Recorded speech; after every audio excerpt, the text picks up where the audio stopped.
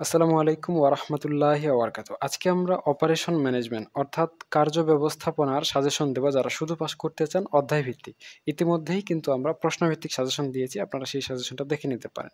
So আমি আপনাদের ৪ টা অধ্যায় জাস্ট রেকমেন্ড করব। এই ৪ টা অধ্যায় পড়লেই আপনাদের জন্য যথেষ্ট হয়ে যাবে। তার মধ্যে ১ম চ্যাপ্টার হচ্ছে কার্য ব্যবস্থাপনা পরিচিতি। এটা 100% গুরুত্বপূর্ণ। যারা শুধু পাস করতে চান এই অধ্যায়টা ভালো করে পড়ে নিবেন। এরপরে ২য় অধ্যায়টা ভালো কিন্তু আপনাদের জন্য অত বেশি গুরুত্বপূর্ণ নয়।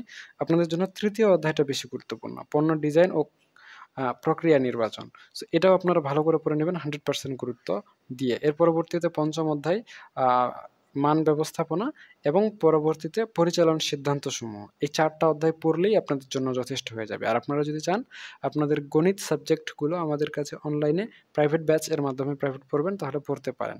তাহলে আপনাদের ১, ৩, ৫ এবং ৮ অধ্যায় পড়তে হবে। এই ৪ টা অধ্যায় ভালো করে পড়লেই আপনাদের যারা শুধু পাস করতে চান আপনাদের জন্য যথেষ্ট প্রিপারেশন হয়ে যাবে।